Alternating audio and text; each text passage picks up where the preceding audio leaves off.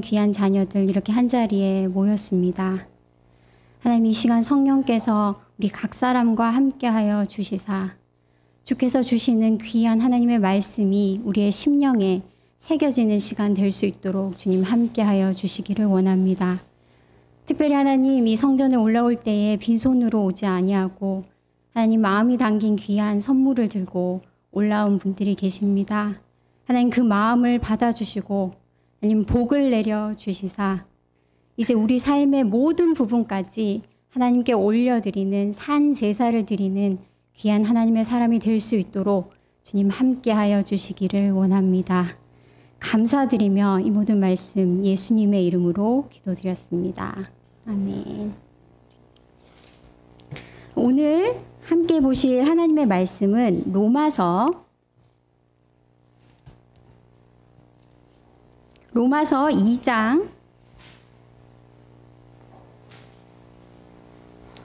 2장 6절에서 11절 말씀입니다. 신약성경 241페이지입니다. 로마서 2장 6절에서 11절을 한 절씩 교독하도록 하겠습니다.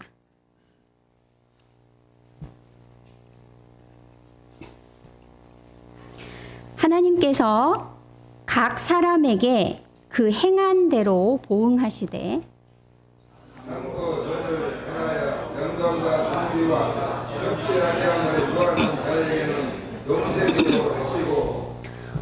오직 당을 지어 진리를 따르지 아니하고 불의를 따르는 자에게는 진노와 분노로 하시리라.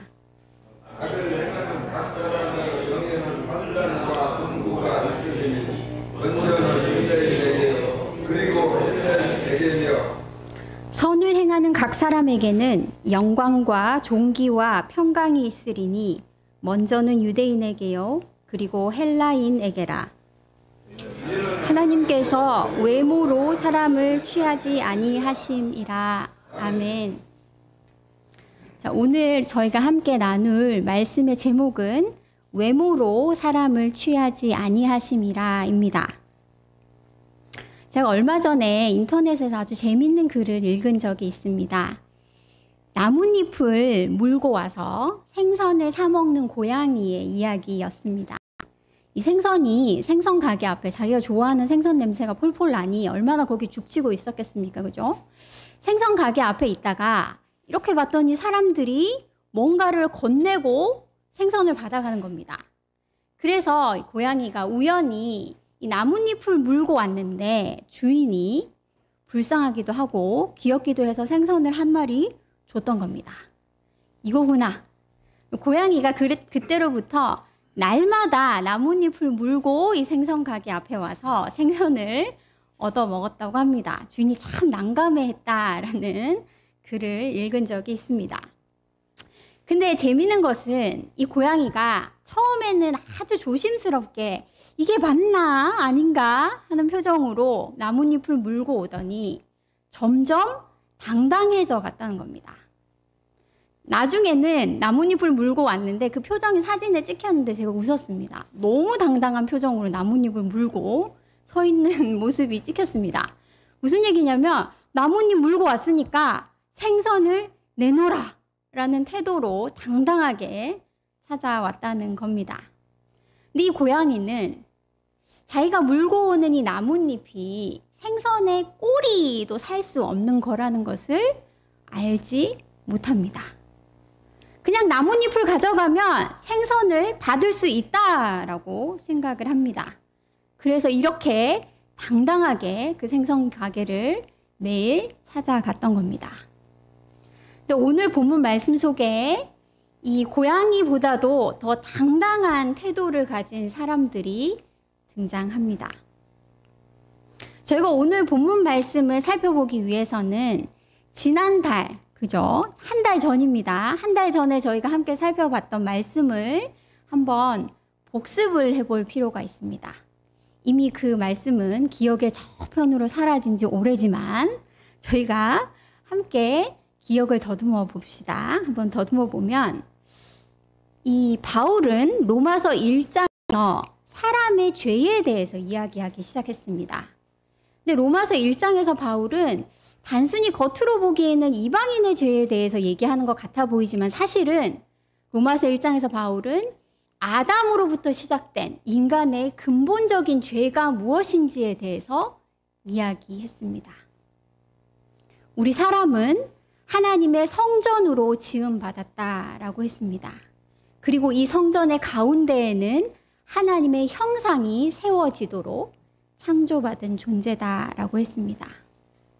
우리의 심령의 성전에 하나님의 형상이 세워졌다라는 게 무슨 뜻이었습니까? 하나님의 형상, 하나님의 사랑과 인내와 그 자비하심과 공의가 우리를 통해서 드러나게 되고 그것을 통해서 하나님이 영광 받으시도록 지음받은 존재가 바로 우리 인간들이다라고 나누었습니다. 그런데 로마서 1장에서 바울이 지적한 인간의 근본적인 죄가 무엇이었습니까? 이렇게 우리의 성전의 중심에 세워진 하나님의 형상을 내팽개쳐버리고 사람들이 그 자리에 무엇을 세웠다라고 했습니까? 이 세상을 향한, 이 세상 피조물들을 향한, 세상의 것을 향한 욕심을 그 자리에 세웠다라고 얘기했습니다. 바울은 그것을 바꾸다라는 표현을 썼습니다. 그죠? 하나님의 형상을 우상과 맞바꾸었다라는 겁니다. 우리의 성전의 중심에 하나님의 형상은 팽개쳐져 버리고 그 자리에 우리의 욕심이 우상이 되어서 세워졌습니다. 그때에 어떤 일이 일어났다라고 말씀드렸나요? 온갖 종류의 죄들이 거기서부터 파생되어서 나왔다라고 말씀드렸습니다. 이 로마서 1장의 마지막 부분에 이 우상 숭배, 우상을 우리의 중심의 자리에 세운 결과 나타나게 된 온갖 종류의 죄들이 등장했습니다. 잠깐 한번 살펴보면 1장 29절부터 등장합니다. 불의, 추악, 탐욕, 악의가 가득한 자요, 시기, 살인, 분쟁, 사기, 악독이 가득한 자요, 수군수군하는 자요, 비방하는 자요, 하나님께서 미워하시는 자요, 능욕하는 자요, 교만하는 자요, 자랑하는 자요. 끝없이 이어지는 이 수많은 죄들이 우리 중심의 욕심을 우상으로 세우는 그 근본적인 죄로부터 파생되어서 나온다라고 살펴보았습니다. 바울이 이렇게 칼날같이 날카롭게 우리의 죄인됨을 신랄하게 비난하고 있는데 이 자리에 팔짱을 끼고 이 말씀을 듣고 있는 사람들이 오늘 본문에 등장하는 겁니다. 유대인들입니다. 마치 남의 얘기를 듣는 듯한 태도로, 당당한 태도로 바울의 이 죄를 지적하는 말씀을 팔짱을 끼고 듣고 있습니다. 이렇게 바울이 죄에 대해서 지적하는 신랄한 지적 앞에서도 이렇게 당당할 수 있었던 이 유대인들, 그들은 정말로 이 죄를 하나도 안 지은 자들입니까?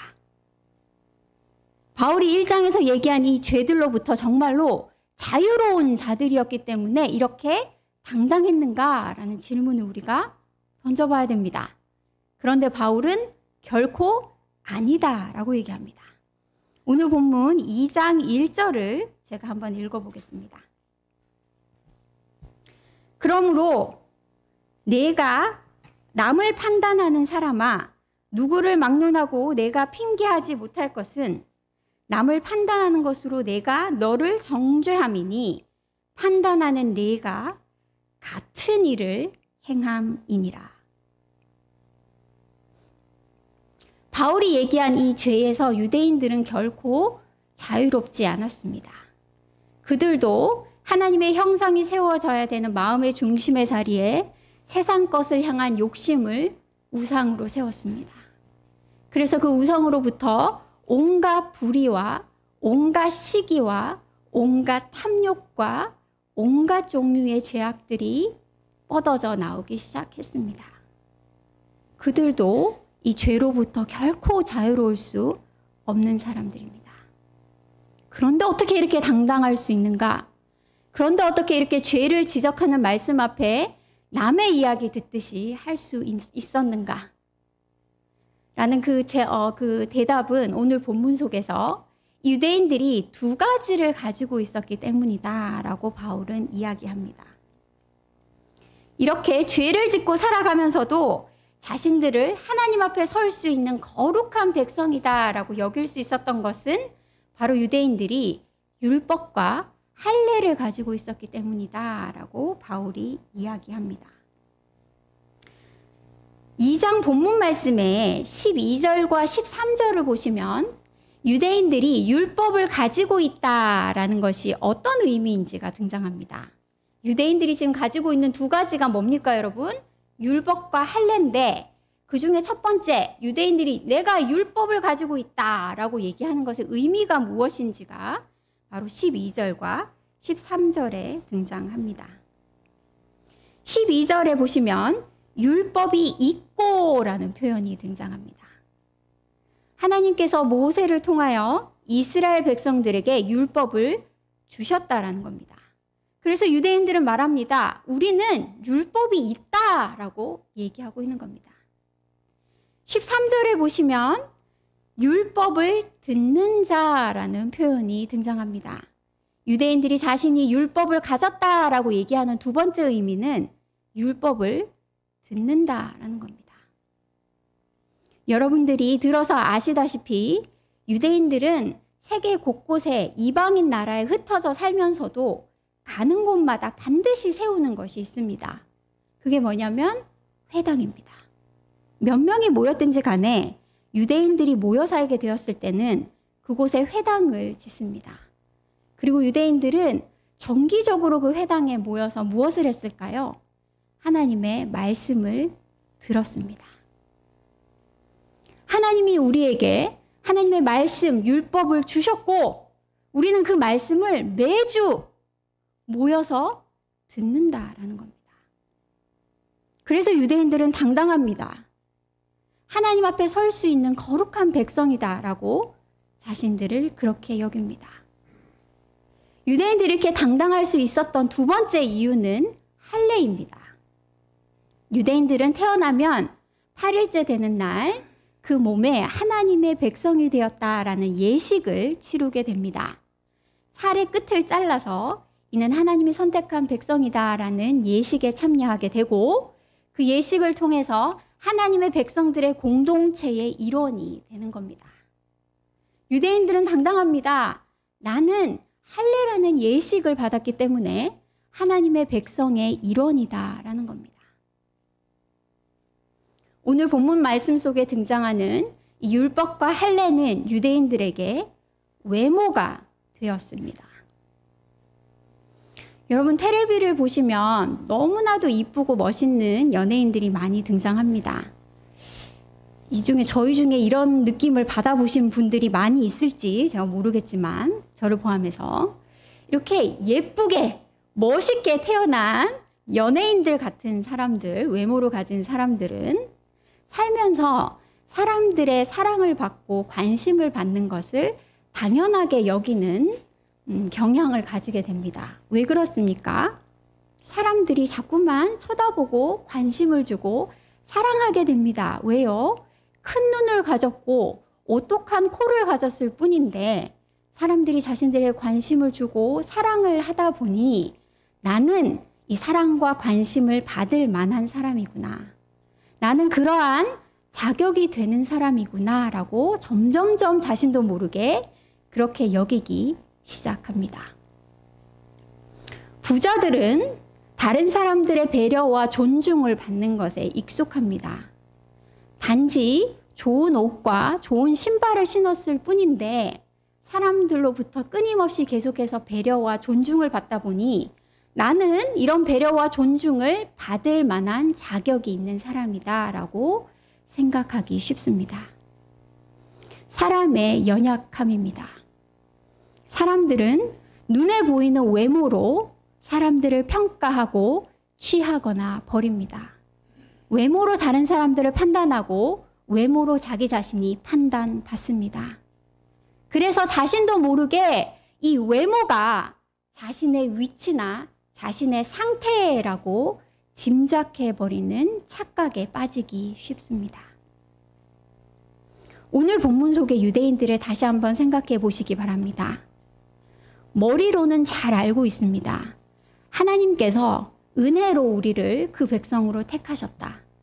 내가 하나님 은혜로 받아들여졌다라는 것을 말하고 머리로는 이해하는 것 같습니다. 그런데 그 마음은 점점 나는 하나님 앞에 거룩한 백성으로 선택받을 만한 자격이 있는 사람이다라고 여기기 시작합니다. 나는 하나님의 용서와 사랑을 받을 만한 자격이 있는 사람이다라고 자신도 모르게 점점 그렇게 생각하기 시작합니다. 근데 그 근거가 무엇입니까? 외모입니다. 오늘 본문이 이야기하는 외모가 무엇입니까? 유대인들이 가지고 있는 율법과 할례입니다. 하나님의 말씀이 내게 주어졌고 나는 날마다 정기적으로 매주마다 모여서 하나님의 말씀을 듣는다는 겁니다. 나는 예식을 통해서 하나님의 백성, 성도의 하나로 인정함을 받는 교인이 됐다는 겁니다. 이 외모가 내가 하나님 앞에 설 수 있는, 받아들여질 수 있는 괜찮은 사람이다라고 착각하게 만드는 역할을 한다는 겁니다. 바울은 오늘 본문 속에서 유대인들이 요새로 삼아서 꼭꼭 숨은 이 두 가지를 박살내버립니다. 율법을 박살내버리고 할례를 박살내버리는 모습이 오늘 본문 속에 등장합니다. 13절 말씀입니다. 하나님 앞에서는 율법을 듣는 자가 의인이 아니요 오직 율법을 행하는 자라야 의롭다함을 얻으리니. 오늘 본문 속에서 바울이 뭐라고 얘기합니까? 매주 모여서 하나님의 회당에 모여서 예배드리고 하나님의 말씀을 듣는 것은 너희를 특별한 하나님의 심판을 피할 수 있는 존재로 만들어주는 것이 전혀 아니다 라고 얘기하고 있습니다. 하나님의 회당에, 하나님의 모임에 전혀 나오지 않고 하나님의 말씀을 하나도 듣지 않는 이방인들과 똑같이 하나님의 심판대 앞에서 행한 대로 갚음을 받는다라고 얘기합니다. 바울은 모여서 하나님의 율법을 듣고 배우는 것은 우리로 하여금 그 심판으로부터 피할 수 있는 어떠한 특별한 역할을 하지 않는다라고 분명하게 말하고 있습니다. 바울이 깨부숴버리는 두 번째 것은, 두 번째 외모는 무엇입니까? 할례입니다. 오늘 본문 말씀 속에 28절을 한번 읽어보도록 하겠습니다. 무릇 표면적 유대인이 아니요 표면적 육신의 할례가 아니니라. 오직 이면적 유대인이 유대인이며 할례는 마음에 할지니 영에 있고 율법 조문에 있지 아니한 것이라 라고 얘기합니다. 바울은 무엇을 얘기합니까? 하나님의 백성, 하나님의 공동체의 일원이 되는 그 예식을 받았다라는 사실만으로는 우리로 하여금 특별한 존재, 하나님의 심판을 피할 수 있는 특별한 존재로 만들어주는 힘이 전혀 없다라고 얘기합니다. 마음의 변화가 없는 한 그 예식을 받았다라는 사실만으로는 아무런 역할도 하지 못하고 우리에게 특별한 자격을 주는 것이 아니다라고 이야기합니다. 이제 우리가 오늘 읽었던 본문 말씀을 한번 살펴보도록 하겠습니다. 2장 6절에서 11절입니다. 2장 6절에서 11절 말씀입니다. 여러분 한번 복습을 해보겠습니다. 이것도 한 두세 달 전에 제가 말씀드렸던 건데요. 교차 대꾸법 구조라는 어려운 말을 혹시 어렴풋이라도 기억하십니까, 여러분? 성경 속에 자주 등장하는 구문 구조 중에 하나인데요. 성경의 저자들이 무엇인가를 쓸 때에 이렇게 짝을 이루어서 대꾸를 이루도록 무엇인가를 쓰는 것을 아주 좋아합니다. 본문 속에서도 우리가 읽은 오늘의 본문 6절에서 11절에도 이러한 짝을 이루는 대꾸법이 등장하는데요. 한번 보시면 이 교차 대꾸법의 특징이 맨 처음에 등장하는 것과 맨 끝에 등장하는 것이 짝을 이루고, 두 번째 등장하는 것이 끝에서 두 번째 등장하는 것과 짝을 이루고, 가운데에 등장하는 두 개가 함께 짝을 이루는 것이 이 구조의 특징입니다. 가운데부터 한번 보도록 하겠습니다. 오늘 본문의 8절과 9절이 무엇이라고 얘기합니까? 저희가 잠도 깨게 한번 크게 읽어보도록 하겠습니다. 8절과 9절입니다. 다 같이 한번 읽어보겠습니다. 시작!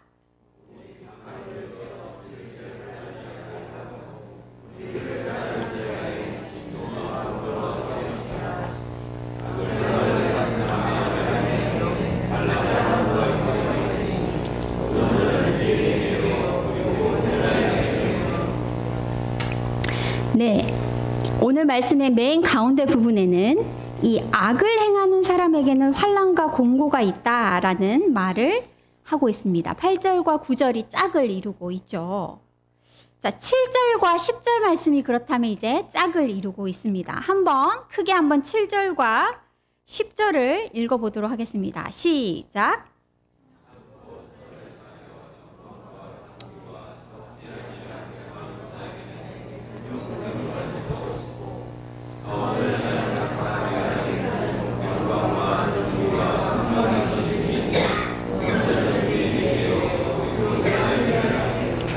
네, 아까 가운데 부분이 짝을 이루었던 것을 악을 행하는 자에게는 그 행한 대로 심판으로 갚으신다라는 얘기가 있었다면, 방금 읽은 이 7절과 10절은 선을 행하는 자에게 하나님께서 영광과 존귀와 평강으로 갚으신다라는 내용이 짝을 이루고 있습니다.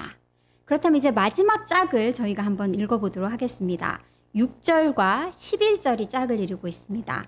6절과 11절을 함께 읽도록 하겠습니다. 시작!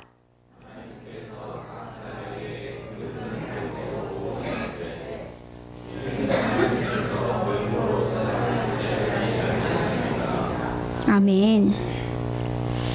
11절에 하나님께서 외모로 사람을 취하지 아니하신다라는 말씀이 등장합니다. 성경 속에 외모로 사람을 취하지 않는다라는 것이 여러 가지 뜻을 가지게 되는데요. 종이냐 주인인가에 따라서 차별하지 않는다. 돈이 많은가 적은가, 부자인가 가난한가에 따라서 차별하지 않는다. 외모로 사람을 취하지 않는다라는 것이 여러 가지 의미를 가지는데, 오늘 본문 속에서 외모로 하나님이 사람을 취하지 않는다라는 이 말씀은 어떤 뜻을 담고 있습니까? 짝을 이루고 있는 6절 말씀에 따르면 하나님께서는 각 사람이 행한 대로 보응하신다라는 뜻을 가지고 있습니다. 오늘 본문에서 이야기하는 이 외모라는 것은 율법과 할례를 직접적으로 이야기하고 있습니다. 내가 예식에 참여해서 하나님의 공동체의 일원이 되었다라는 사실, 내가 정기적으로 하나님의 백성들의 모임에 모여서 하나님의 말씀을 듣고 배운다는 사실, 그 사실은 외모다라는 겁니다. 행한 대로 갚으시는 불꽃 같은 하나님의 심판대 앞에서 그 어떤 방패의 역할도 할 수 없는 것이다 라고 오늘 바울은 이야기합니다. 하나님은 각 사람에게 그 행한 대로 보응하신다라고 얘기합니다. 하나님은 행한 대로 심판하는 하나님이시다라고 강조하고 있습니다. 왜 바울이 오늘 본문에서 우리를 벌거벗은 채로 이 하나님의 심판대 앞에 서도록 만드는 것입니까? 왜 바울은 사랑의 하나님이고 복음을 주신 하나님인데 왜 오늘 본문에서 이렇게 신랄한 목소리로 우리를 그 티끌까지도 드러나는 불꽃 같은 하나님의 심판대 앞에 우리를 세우는 이유가 무엇입니까? 행한 대로 갚으시는, 행한 대로 심판하시는 그 하나님의 심판대 앞이 바로 십자가가 세워진 곳이기 때문입니다. 내가 행한 것의 그 대가, 내가 행한 것에 대한 그 심판을 그 몸에 다 받으시고 살을 찢기시고 피를 흘리시고 죽으신 예수님의 십자가가 세워진 그곳이 바로 이 심판대 앞이기 때문입니다. 이 심판대 앞에 그 불꽃 같은 하나님의 공의의 빛 앞에 서지 아니하면 이 십자가의 은혜를 알 수 없기 때문입니다. 그 자리에 서야만 이 복음의 은혜와 능력이 나의 것이 되게 됩니다. 바울의 복음서, 이 로마서는 바울이 전하는 복음의 핵심을 담고 있는 책입니다. 그래서 바울 서신서 중에서도 가장 중요한 책으로 여겨지기도 하죠. 근데 바울이 전하고 선포하는 이 복음, 로마서의 시작인 1장에서 3장이 인간의 죄됨으로부터 시작하는 이유가 바로 그것입니다. 믿음으로 말미암아 의롭다 하심을 받는다는 복음, 믿을 때에 나를 아무 공로 없이 의롭다 하신다라는 그 복음의 시작을 인간의 죄됨으로부터 시작하는 그 이유가 바로 그것입니다. 예수를 믿는다라는 것은, 내가 복음을 믿는다라는 것은 죄에 대해서 점점점 둔감해진다라는 것을 의미하는 것이 아닙니다. 내가 날마다 짓는 죄에 대해서 괜찮다라고 넘겨버려야 되는 것이 아닙니다. 그것이 예수를 믿는다라는 것의 의미가 아닙니다. 복음을 받아들였다라는 것의 의미가 아닙니다. 우리는 우리를 감싸고 있는 외모를 내려놓아야 합니다. 스스로를 구원받고 하나님 앞에 그럭저럭 설 만한 괜찮은 사람이다라고 여기는 그 모든 조건들을 벗어버려야 합니다. 하나님의 불꽃 같은 눈앞에, 오늘 본문 속에서도 16절에 하나님은 사람들의 은밀한 것을 심판하시는 분이다라고 얘기합니다. 그 불꽃 같은 눈앞에 어떤 조건이, 어떤 외모가 감히 심판을 피할 수 있는 조건으로 작용할 수 있겠습니까? 그 어떤 것도 그 심판을 피할 만한 방패가 될 수 없습니다. 다만 우리가 둘러싸고 있는 이 외모는 우리로 하여금 나의 죄에 대해서 둔감하게 만드는 역할만을 할 뿐입니다. 유대인들은 성막들에서 날마다 드려지는 짐승의 피, 짐승의 제사들을 목격했습니다. 목에서 뜨거운 피를 흘리면서 죽어가는 그 짐승들, 그 살이 조각조각 찢겨져서 제사 드려지는 그 짐승들을 보면서도 유대인들은 내 죄 때문에, 내 마음에 세운 우상 숭배의 이 죄 때문에 저 짐승들이 찢기고 피를 흘린다라는 사실을 깨닫지 못합니다. 내 죄가 저렇게 갈기갈기 찍힐 만큼 엄청나고 더러운 죄임을 깨닫지 못합니다. 왜 그렇습니까? 외모로 자신을 둘러싸고 있기 때문입니다. 짓물나고 썩어진 나의 몸을 멋있고 근사한 옷으로 둘러 감싸고 있기 때문입니다. 하나님의 백성이라는 표지를 태어난 지 8일 만에 받았다. 내가 하나님의 공동체의 일원이 되었다. 나는 매주마다 하나님의 회당에 모여 하나님의 말씀을 듣고 배우는 사람이다. 내 헌물을 내어드려서 하나님께 제사하는 사람이다. 예배하는 횟수가 늘어날수록, 하나님 앞에 나와서 말씀을 듣는 횟수가 늘어날수록, 나의 것을 드려 하나님을 섬기고 봉사하는 경험이 늘어날수록 그것은 더욱더 화려하고 두꺼운 외모가 되어서 우리를 둘러쌉니다. 내가 하나님의 그 심판대 앞에서 얼마나 추악한 존재인지, 내 중심이 날마다 우상이 세워지는 더러운 자라는 사실이 그러한 외모로 감싸지고 덮어지게 됩니다. 그렇게 될 때에 나를 위해 살을 찢으시고 피를 흘리사 죽으신 그 십자가의 은혜가 나로부터 점점 멀어지게 됩니다. 나의 마음에는 두껍고 단단한 굳은 살이 배겨서 그 은혜가 나의 것으로 느껴지지 않게 됩니다. 예수님의 비유 속에 감히 얼굴을 들지도 못하고 하나님 앞에서 죄인임을 고백하는 그 세리가 하나님 앞에 받아들여지게 됩니다. 날마다 하나님의 말씀을 듣고 하나님 앞에 제사를 드리는 바리새인들은 두껍고 두꺼운 외모로 자신을 감싸 하나님 앞에 자신의 죄인임을 고백하지도 않고 그 은혜가 자신의 것이 되지도 않습니다. 이 하나님의 불꽃 같은 눈앞에, 이 심판대 앞에 우리가 설 때에, 그 십자가 앞에 설 때에야 우리는 진정으로 겸손하게 됩니다. 행한 대로 갚으시는 이 하나님 앞에 심판대 앞에 나아갈 때, 그 보좌 앞에 나아갈 때 우리는 교만할 수 없게 됩니다. 여러분들은 죄인이십니까? 내가 무슨 사람을 찔러 죽이기를 했나? 내가 누구 것을 주머니에 있는 걸 훔치기를 했나? 내가 심지어 어떤 사람을 때리기라도 했나? 내가 무슨 그렇게 큰 죄인이라고 얘기하십니까? 로마서 1장은 분명하게 이야기합니다. 우상 숭배의 죄가 가장 크고 근원적인 죄다라고 얘기합니다. 하나님의 형상이 세워져야 될 그 자리에 세상 것을 향한 온갖 욕심을 세운 나의 죄. 하나님의 성전의 자리에 온갖 종류의 우상을 세운 그 죄가 예수님을 찢기고 예수님의 피를 흘리게 한 죄입니다. 우리는 나의 성전의 자리에 하나님의 형상을 내팽개쳐 버리고 우상을 날마다 수없이 세우고 있다는 사실을 알고 있습니다.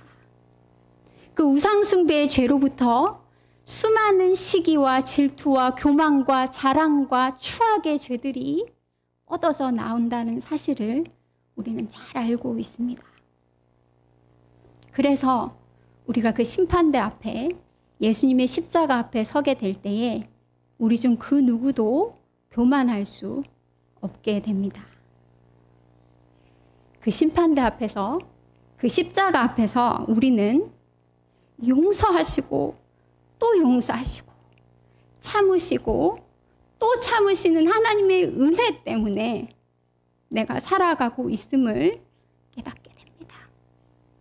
내가 이 자리에 앉아 있을 수 있는 것은 하나님의 무한하신 은혜 때문임을 고백할 수 있게 됩니다. 우리를 감싸고 있는 외모를 벗어버리고 이 하나님의 심판대 앞에 나아가시기 바랍니다. 예수님의 그 십자가 앞에 날마다 나아가시기 바랍니다. 셀 수도 없이 우상을 세우며 내 안에 하나님을 내팽개쳐버리고 우상숭배의 죄를 지은 나의 죄를 안고 애통하는 마음으로 그 십자가 앞에 나아가시기 바랍니다. 이렇게 무너지고 애통하는 심령 위에 하나님이 새로운 힘과 성령의 충만함을 부어주실 것입니다.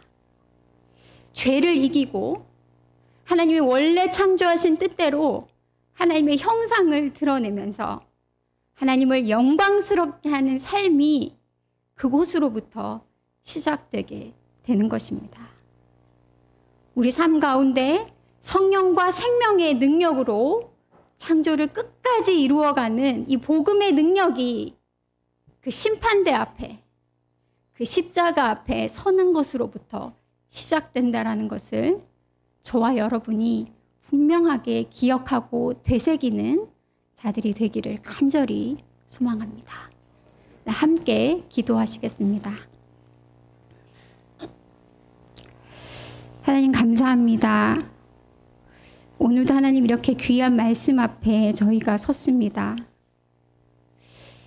하나님, 우리는 우리가 행한 일들, 우리가 하나님을 섬기고 교회를 섬겼던 일들, 내가 가진 직분들, 날마다 정기적으로 빠지지 않고 교회에 나온다라는 사실만도 우리를 두껍게 둘러싼 외모가 되어집니다. 하나님 은혜를 부어주시기를 원합니다. 나를 위해 살이 찢기고 피를 흘리신 그 예수님의 십자가 앞에 나아가는 우리가 되어지기를 원합니다. 하나님, 날마다 내 성전의 중심에 우상을 세운 죄를 애통하는 마음으로 하나님 앞에 나아가는 자들이 되기를 원합니다. 그 십자가의 은혜가 날마다 나의 것이 되는 사람들이 되기를 원합니다.